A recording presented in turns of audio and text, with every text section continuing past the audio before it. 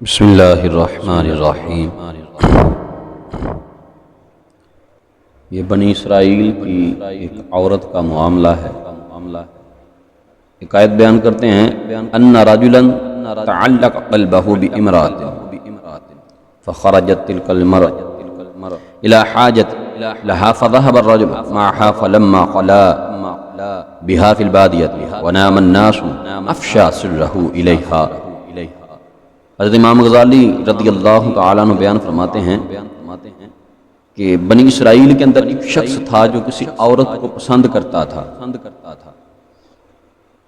ایک دن وہ عورت قافلے میں سفر کے لیے نکلی تو وہ شخص بھی اس کے ساتھ ہو لیا۔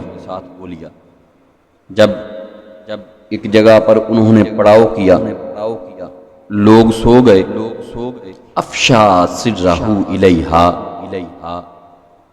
اس نے عورت کی طرف اشارہ کیا۔ فقالت لہ المرأة،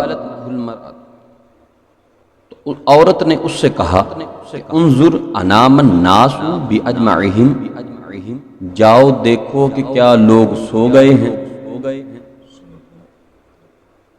قافلے میں تھے، خوف تھا، خطرہ تھا۔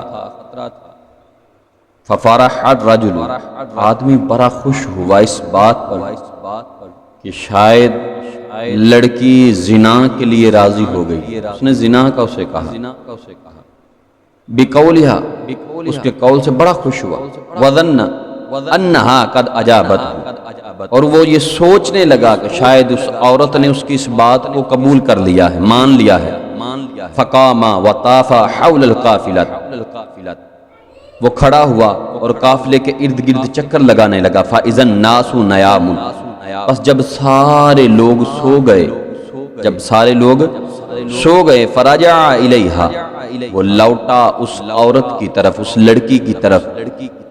وقال لہا، آ کر اس سے کہنے لگا نعم ہم نیام، ہاں سارے لوگ سو گئے ہیں۔ فقالت، وہ لڑکی اس سے کہتی ہے ما تقول فی اللہ تعالی، اللہ کے بارے میں تو کیا کہتا ہے؟ انائم فی ہذہ الساعۃ، کیا اللہ اس وقت سو رہا ہے؟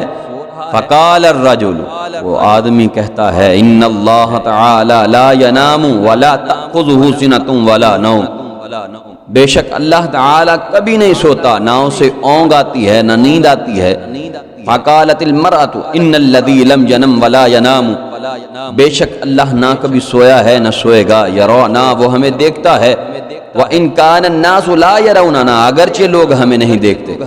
فَذَلِكَ أَوْلَىٰ أَن يَخَافَ، پس لڑکے نے اس پر اسے چھوڑ دیا اللہ کا خوف کھاتے ہوئے۔ فَتَرَكَهَا الرَّجُلُ، وہ لڑکے نے اسے چھوڑ دیا خَوْفًا مِنَ الْخَالِقِ، اللہ تعالیٰ کا خوف کھاتے ہوئے۔ وَتَابَ، اور توبہ کر لی، اور توبہ کر لی، توبہ کی۔ ورجع الی وطنی، وہ اپنے وطن کی طرف لوٹ آیا۔ فلما توفی، جب وہ فوت ہو گیا، فلما توفا، جب فوت ہوا، تو رواہ فی المنام، اس کو کسی رأوہ فی المنام، اس کو کسی نے خواب میں دیکھا۔